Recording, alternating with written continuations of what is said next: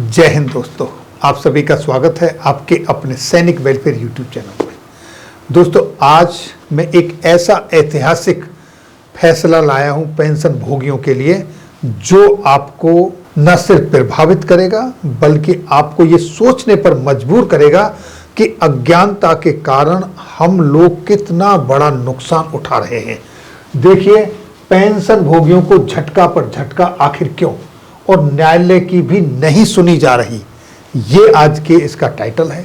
और मैं अब इसके लिए आपको एक छोटी सी एक स्टोरी बताता हूं, एक कहानी के रूप में, ताकि फिर आपको अच्छे से वो मसला समझ में आए। मान लीजिए कि संडे के दिन दो जवान आउट पास लेकर जाते हैं सीएचएम से, और उसके बाद एक जवान और आता है और वो भी फिर आउट पास मांगता है, उसको भी सीएचएम आउट पास दे देता है और तीनों जवान आउट पास अलग अलग टाइम से चले जाते हैं। शाम को आके अपना आउट पास सबमिट कर देते हैं। लेकिन अगले दिन बाद में जाने वाले जवान के लिए कंपनी कमांडर सुबह कहते हैं कि आप एब्सेंट थे, और ये रिपोर्ट सीओ तक चली जाती है, क्योंकि सीएचएम के पास आउट पास आके जमा कर दिए थे, सीएचएम ने आउट पास डिस्ट्रॉय कर दिए।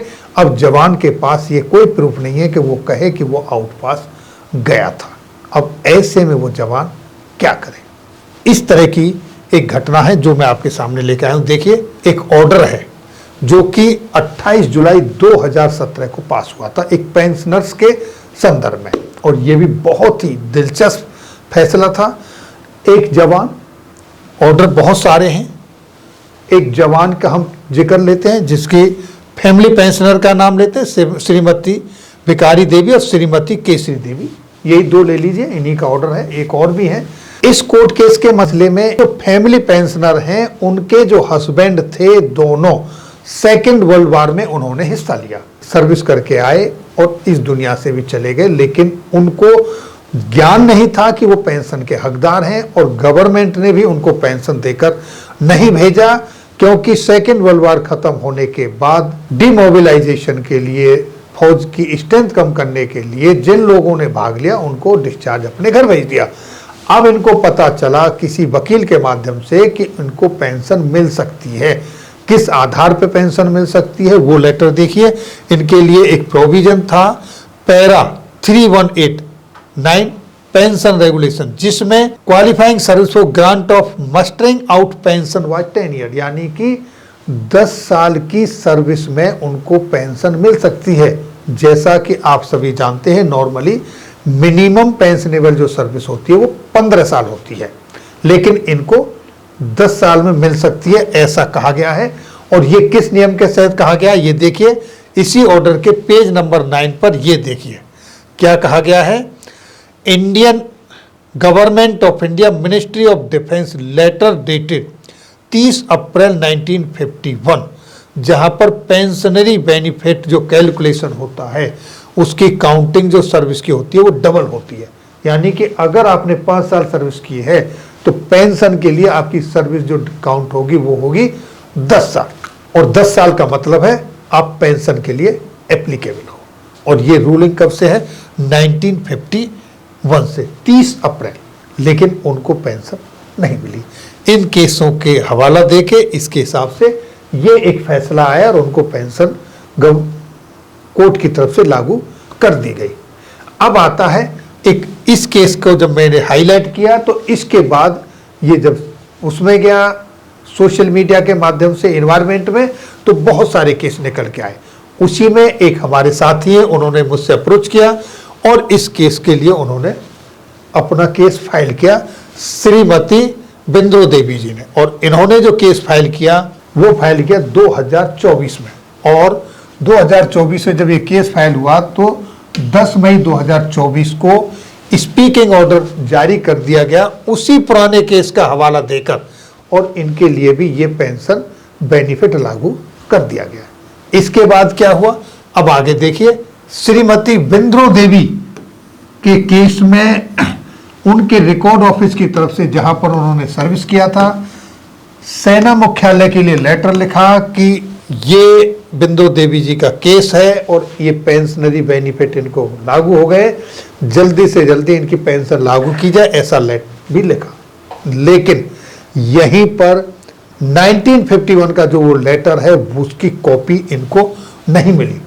इंडिविजुअल को इन्होंने कहा कि हमको कॉपी नहीं मिल रही, आप हमको कॉपी प्रोवाइड करवाएं उस लेटर की जो मिनिस्ट्री ऑफ डिफेंस ने 30 अप्रैल 1951 में जारी किया था, जिसके आधार पर आपका ये केस डिसीजन आया है, जो कि आप यहां देख रहे हैं। 30 अप्रैल का ये लेटर है गवर्नमेंट ऑफ इंडिया MOD का, ये नहीं मिला। इन्होंने अपनी तरफ से बहुत सारे रिकॉर्ड ऑफिसों को अप्रोच किया, लेकिन कहीं से भी ये लेटर नहीं मिला।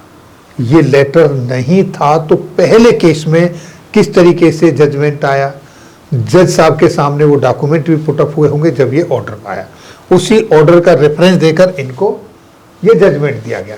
अभी वही रिकॉर्ड ऑफिस जहां से इनको, अब क्योंकि ये जो पेंशनर है श्रीमती बेंद्रो देवी, ये 92 इयर्स की है। इनकी एज कितनी उम्र है इनकी? 92 साल। अगर सरकार सही से काम करती, अगर तंत्र सही सिस्टम काम करता, तो ये जो पेंशनर है ये 1945 दिसंबर में रिटायर्ड हुआ था, वर्ल्ड वार आते ही।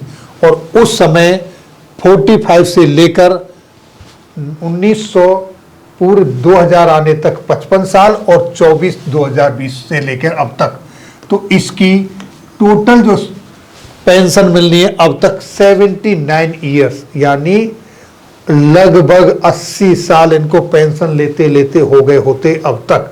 इतने टाइम तक भी इनको पेंशन नहीं मिली। अब इनकी पेंशन को अभी भी लागू नहीं किया जा रहा। देखिए आगे क्या कहा है, ये देखिए, armed forces tribunal act 2007 is not applicable to dependent.